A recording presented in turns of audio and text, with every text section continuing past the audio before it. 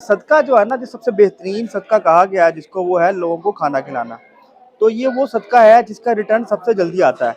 तो खाना खिलाने के लिए ये नहीं है कि जब भी खाना खिलाओ हम 100 बंदों को या 200 बंदों को खाना खिलाएं, देख पकाएं।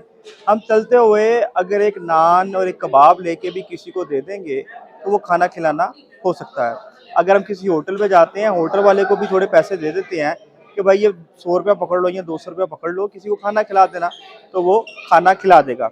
अगर हम सिर्फ एक नान और टिक्की किसी को दे देते हैं या रोटी दे देते हैं या आलू वाला पराठा, आलू वाला नान एक लेके दे देते हैं, तो ये भी खाने के ज़मरे में आता है।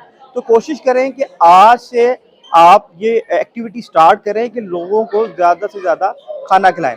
इस बारे में एक और बात जो जहन में आती है वो ये है कि खाना किसको खिलाना चाहिए। देखिए, ये हमारा डिपार्टमेंट नहीं है सोचना कि खाना किसको खाना खिलाना चाहिए। ये अल्लाह के मामलात है। जब आप रिस्क लेके निकलेंगे तो जिसके नाम का रिस्क होगा वो आप तक खुद ब खुद ही पहुंच जाएगा। अस्सलाम वालेकुम व रहमतुल्लाहि व बरकातहू।